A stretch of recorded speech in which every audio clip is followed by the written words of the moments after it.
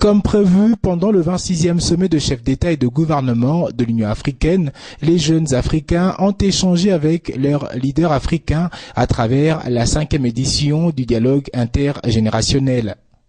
Organisé par la Commission de l'Union africaine et l'Union panafricaine de la jeunesse du 27 au 28 janvier 2016 au siège de l'Union africaine à Addis Abeba, le thème retenu était mettre à profit le dividende démocratique en Afrique pour la réalisation des objectifs de développement durable et l'agenda 2063 de l'Union africaine. Les travaux se sont déroulés sous la présidence de la présidente de l'UPJ, Francine Muyumba, et son comité exécutif. La première journée était l'occasion pour les jeunes leaders venus de plusieurs pays d'Afrique et ceux de la diaspora d'échanger d'abord entre eux dans un forum consultatif des jeunes au cours duquel il a été question de discuter sur les points à présenter auprès des dirigeants, des points dont la plupart seront centrés sur des sujets en rapport avec l'éducation, la gouvernance, la paix, la santé et l'autonomisation. Et en ce sens, sur proposition de l'Union panafricaine de la jeunesse, les jeunes africains ont à l'unanimité appuyé la proposition de la mise en place d'un fonds africain de la jeunesse afin de promouvoir l'entrepreneuriat des jeunes, réduire le taux de chômage pour assurer la paix et la sécurité du continent. Les jeunes Africains ont également martelé sur l'acquisition d'un siège permanent de l'Afrique au sein du Conseil des Nations Unies, car ce dernier traite plusieurs problèmes africains sans l'Afrique. D'où la nécessité, selon eux, de réformer le Conseil de sécurité de l'ONU. Autre sujet abordé, la question de l'insécurité sur le continent, le terrorisme notamment. Et ils ont interpellé les dirigeants africains à trouver des solutions qui puissent garantir la paix et la sécurité dans tous les coins du continent.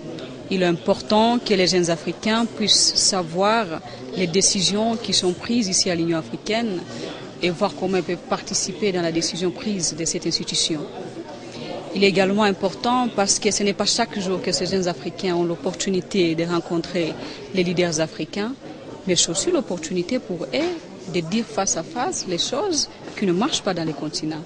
Le 28 janvier, date prévue pour le dialogue proprement dit, la présidente de l'UPJ a bien avant les échanges avec les dirigeants africains rappelé aux jeunes les opportunités qu'offre ce dialogue, qui est entre autres leur permettre de contribuer de manière significative aux questions de politique nationale, régionale et continentale qui garantissent l'autonomisation économique et le développement des jeunes, objectif même de cette rencontre.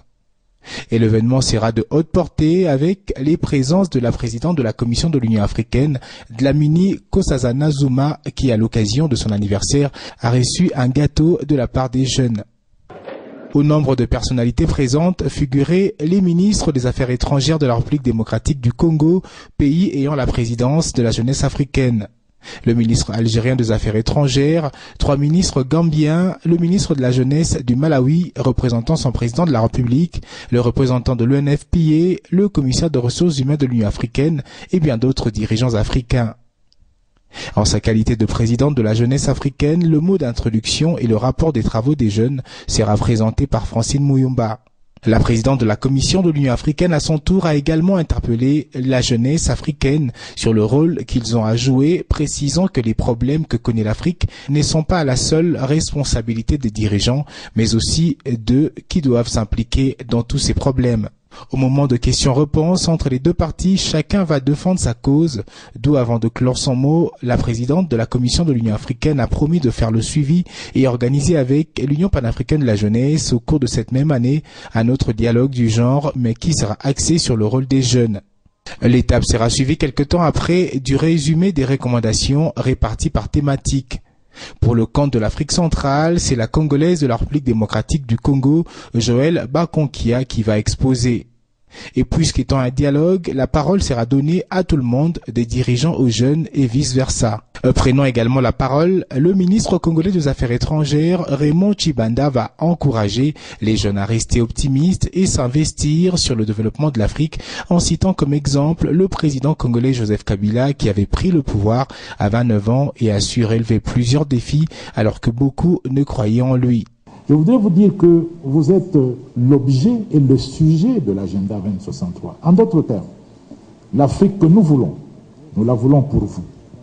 Mais en même temps, sans vous et votre active implication, nous ne réaliserons pas l'Afrique que nous voulons. J'ai suivi avec intérêt vos recommandations. Je peux vous assurer que nous prenons à cœur les conclusions de vos délibérations de ces 2 derniers jours.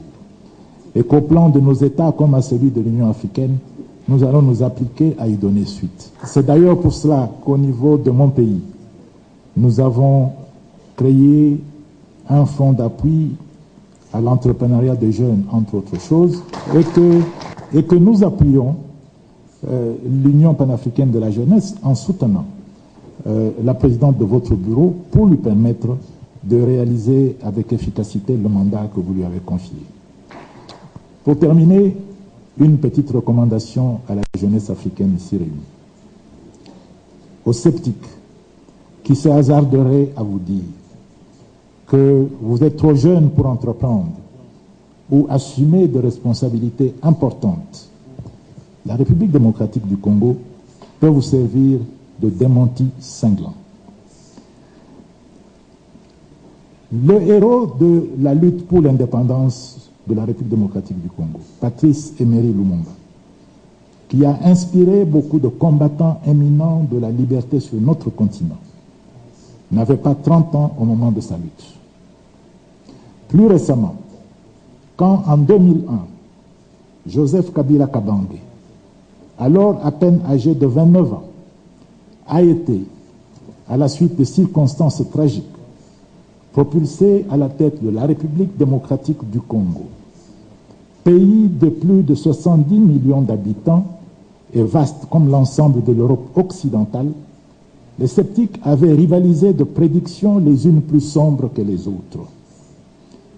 L'histoire retiendra cependant que c'est ce jeune homme de 29 ans qui a mis fin à la guerre qui se sévissait en République démocratique du Congo, qui a réunifié le pays, qui a instauré la démocratie en organisant les premières élections libres depuis notre indépendance et qui a lancé un programme sans précédent de développement des infrastructures et de modernisation de l'État qui, en une dizaine d'années, a changé la face de la République démocratique du Congo. Ce dialogue, depuis son existence, a pour la première fois connu la participation d'une forte délégation des jeunes Africains qui ont contribué au débat avec plusieurs sujets dont la santé, l'économie, la paix, l'éducation et bien d'autres. Au terme des travaux, les jeunes leaders présents ont salué les efforts consentis par Francine Muyumba et son équipe. Une initiative positive pour toutes les générations et pour les dirigeants et pour les jeunes, dans la mesure où aujourd'hui, j'ai entendu les jeunes qui ont eu à participer à d'autres sessions avant celle d'aujourd'hui dire que de temps en temps, ils ont une conscience. Et en suivant la présidente de l'Union africaine, elle a pris acte de toutes les recommandations et les stratégies proposées, mais elle a relevé le fait que la jeunesse doit aussi proposer son attitude ou bien ses responsabilités par rapport à tout cela. Et je pense que cela nous ramène à la conscience, à prendre conscience de ce que nous sommes, ce que nous voulons, ce que nous devons faire pour le pays et pour la... Le pressentiment, c'est celui d'un travail accompli. Pendant 2 jours, nous avons travaillé pour préparer toutes ces recommandations. Et à ce jour, nous pensons que l'Union panafricaine de la jeunesse, sous l'égide de sa présidente, pourrait mieux faire le suivi de toutes ces recommandations pour qu'effectivement, dans les prochains jours, que ces recommandations-là deviennent une réalité dans nos différents pays et que la jeunesse africaine s'éclose une fois de plus. En somme, des préparatifs à sa tenue, ce dialogue a été une réussite et laisse croire à un avenir meilleur. Telles sont les assurances du vice-président de l'UPJ Afrique de l'Ouest, le Nigérien Aliou Oumarou, et le secrétaire général, le Malien Suleiman Sidibé. L'une des grandes responsabilités qui nous reviennent, c'est de dire quel est notre rôle. Nous avons toujours demandé aux autres, toujours dire aux autorités ce qu'ils doivent faire pour nous, mais il est grand temps que nous-mêmes, nous mettons en acteur pour dire qu'est-ce que nous devons faire pour nous afin que les autres puissent nous accompagner. Ça a été une très grande réussite et nous avons vu à travers ce dialogue que l'Union panafricaine de la jeunesse a quand même regagné sa position d'interface entre la jeunesse africaine et l'Union africaine. L'on retiendra alors de ce 5e dialogue intergénérationnel que le comité exécutif de l'Union panafricaine de la jeunesse, sous le leadership de sa présidente Francine Muyumba, concrétise petit à petit les promesses données avant leurs élections. La preuve, l'organisation de ce forum réussit, marquée à son terme par cette photo de famille avec sourire sur les visages des dirigeants comme des jeunes.